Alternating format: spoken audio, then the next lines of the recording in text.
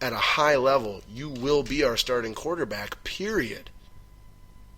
For as long as you are playing at a high level. You know, I think that's what's going to happen. I think Sam Bradford's going to go, you're right. You know, or Sam Bradford's going to go, no, the Jets need a veteran quarterback and would pay me the money. The Broncos need a veteran quarterback and would pay me the money. And there's got to be at least one or two other teams out there that might fall into that category as well. The Browns might be one of those teams. So while he wouldn't necessarily be going to a better situation or a better team, you know, there might be some teams out there that would be in need of his services, and that could impact the draft as well. But what I ultimately think is going to happen is they're going to explain to him, you know, that this is a slow developmental thing that we're going for here, and we fully want and expect and hope for you to be the quarterback for the next 2 years, and that's why we signed you that contract for a huge ton of money that you're not worth. Like, hello, Sam Bradford, you are not worth $15 to $16 million a year. You're not even remotely close to that good of a quarterback. Not even remotely. But, whatever. Delusion runs rampant amongst professional athletes. Then our final non-draft related story before we officially get to our highlight closer, almost closer of the show here, that being my mock draft. And that is the never-ending Tom Brady, Roger Goodell, New England Patriots soft, deflated balls story. It will never go away. It just came back this week as an appeals court heard the case again, and this time sided with the NFL and reinstated Tom Brady's 4-game suspension. That is by no way making it finalized now and will happen. There's more appeals yet that need to be done. It seems like it's this never-ending freaking go-around between these two, and I just want something to be settled and put it in the past. Like, just seriously, just decide on something, and that's how it is. We win, you win, or compromise. Okay, there's only 3 choices. You two get together, both sides get together, and just figure it out, okay? This needs to end, okay? Either one of us needs to win, and the other needs to accept losing, which is still a benefit to both sides right now. Ending it is how everybody wins. Or we find a compromise. Can we settle on 2 games? Will you take 2 games and not fight it? Okay, so that we can get something, you don't get anything that you feel egregious, and we can both feel somewhat, at peace with how it's turned out and finalized. But it's a never-ending circle. And that's all I'm going to talk about it. It's back in for the moment. It will get appealed again, and we'll talk about it then. But until it is finalized, I'm not going to devote any more time to it, because what's the point? We've already said everything that there is to be said, other than just the reminder that, I find it ironic that everything in this whole case that the Brady side is fighting is about Roger Goodell overstepping his power and authority on the investigation. There is not one dispute on whether Tom Brady cheated or not. Not one. No, not one dispute on this from the Brady camp or the player camp at all on, there wasn't enough proof and, this guy didn't cheat. We haven't proven that this guy cheated. No. Not one. Our only gripe on the Brady side while we're appealing all this is he didn't go about determining his decision the right way that we would like it to be. That's what we're fighting and arguing. Oh my gosh. You're guilty. You were cheating and you got caught cheating, and it wasn't the first time either. And this is still ultimately a slap on the wrist. Just take the dang punishment and move on with all of our lives. Please. All right, I'm done. I'm done with Deflategate. Screw Deflategate. Screw Tom Brady. Screw Roger Goodell. Screw the Patriots. They're banned from the first round of the draft. They didn't just get stripped, okay, for the record. They didn't just get stripped of their first round draft pick because of Deflategate tomorrow night. They straight up got blacklisted, banned, colluded out of the first round. There is zero chance that the Patriots will make a trade to move in back up into the late parts of the first round this week, because all the other NFL teams have been strictly ordered by Goodell. You will not make a deal with the New England Patriots in round one. Period. Don't do it, or I will destroy you. I will end you, basically. And that's the Goodell way, So, hey, you cheat, you get caught cheating, you do it more than once, you have consequences. Quit crying, take your punishment, and move on. Be adults, all right? But yes, make no mistake. Patriots aren't just stripped of their first-round pick. They are banned from the first round entirely, unofficially, of course. All right, so boom, let us do this. Yeah.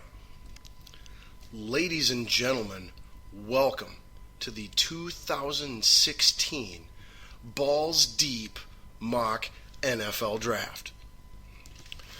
And just a friendly reminder that this is not, in fact, a prediction-style mock draft. If you would like that from me, simply visit VikingsDigitalDiaries.com for my prediction-style mock draft.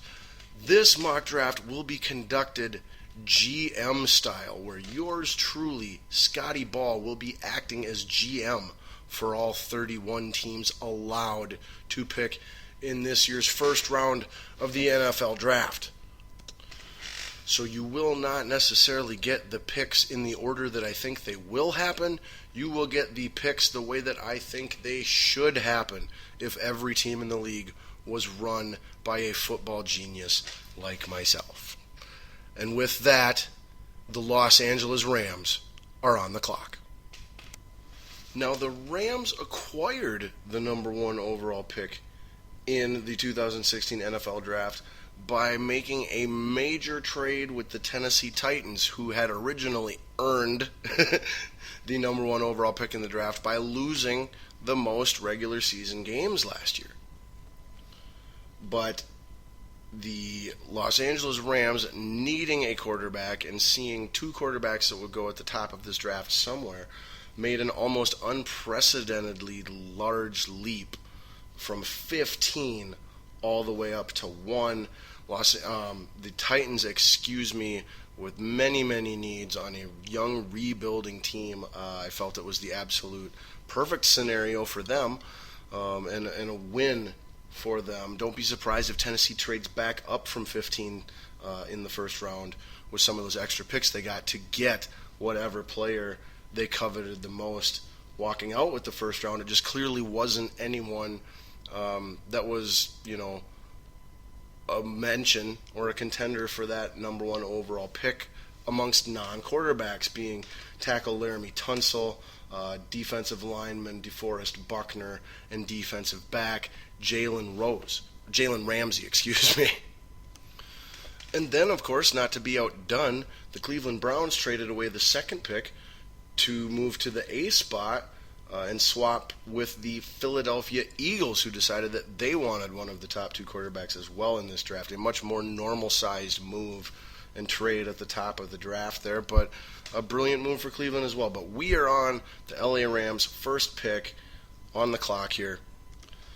And before I reveal this first pick, which, just a reminder, these are not predictions, this is me acting as GM for all 31 teams in this first round of this mock draft here, to my knowledge, at least, I was the first person I knew that called this out when this trade happened. When the LA Rams traded with the Titans for the number one pick, it took me less than 30 minutes to think about it, look at my company around me, I have witnesses, and go, they're taking Goff number one.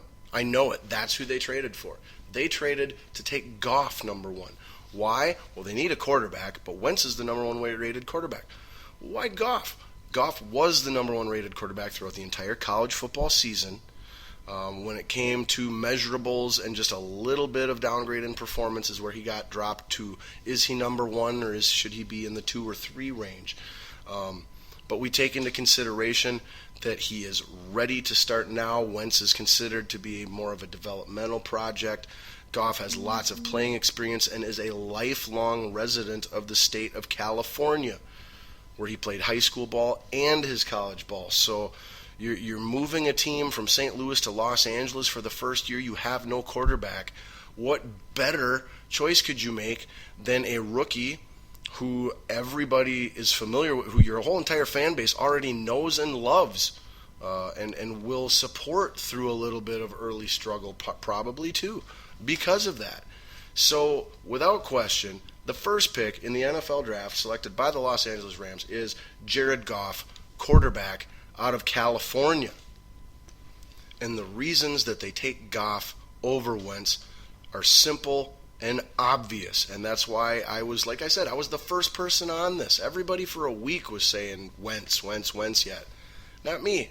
It was Goff all along for the two reasons I mentioned. Inarguable reasons. Okay, this is the only choice for this franchise. They need a quarterback that is ready to step in as a rookie day one. That is not Wentz. That is not Paxton Lynch, the third-ranked quarterback. The only quarterback that fits that bill is Jared Goff. So there's that. And then, like I said, you're relocating a franchise from St. Louis to Los Angeles. You've got a huge obligation to appease to that fan base, sell merchandise, sell tickets, and make it work as a business. And Goff is the only one that, or I shouldn't say the only one, but Goff by far gives you the most in those regards as well. So with that, Jared Goff is the number one pick in the 2016 NFL Draft, going to the Los Angeles Rams. And at number 2, the Philadelphia Eagles are on the clock. Now, the Philadelphia Eagles currently have a starting quarterback that we mentioned, Sam Bradford, who wants to be traded.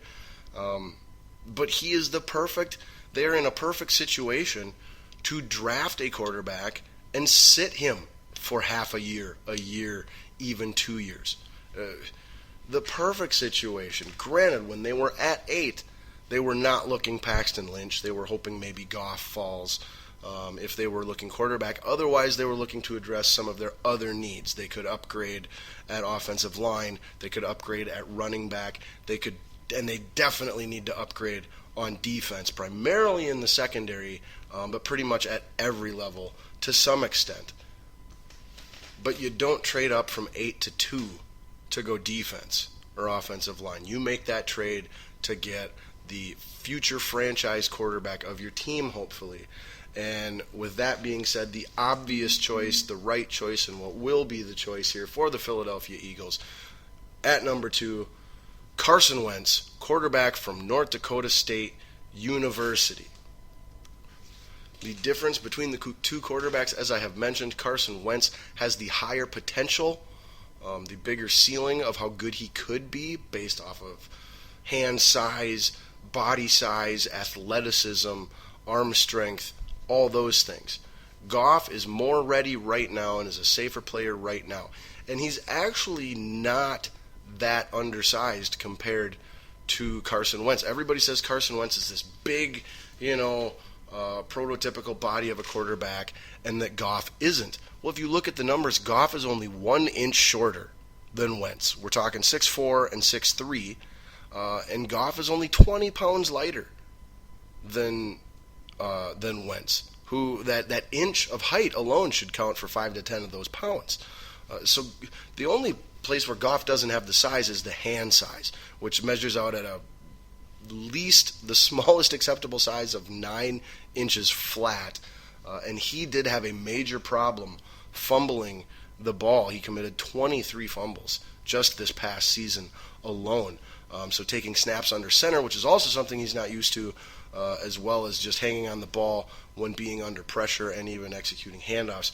Those are all things that Goff may struggle with because of his hand size, but all things that technique and coaching and focus and just repetition and practice should be able to fix.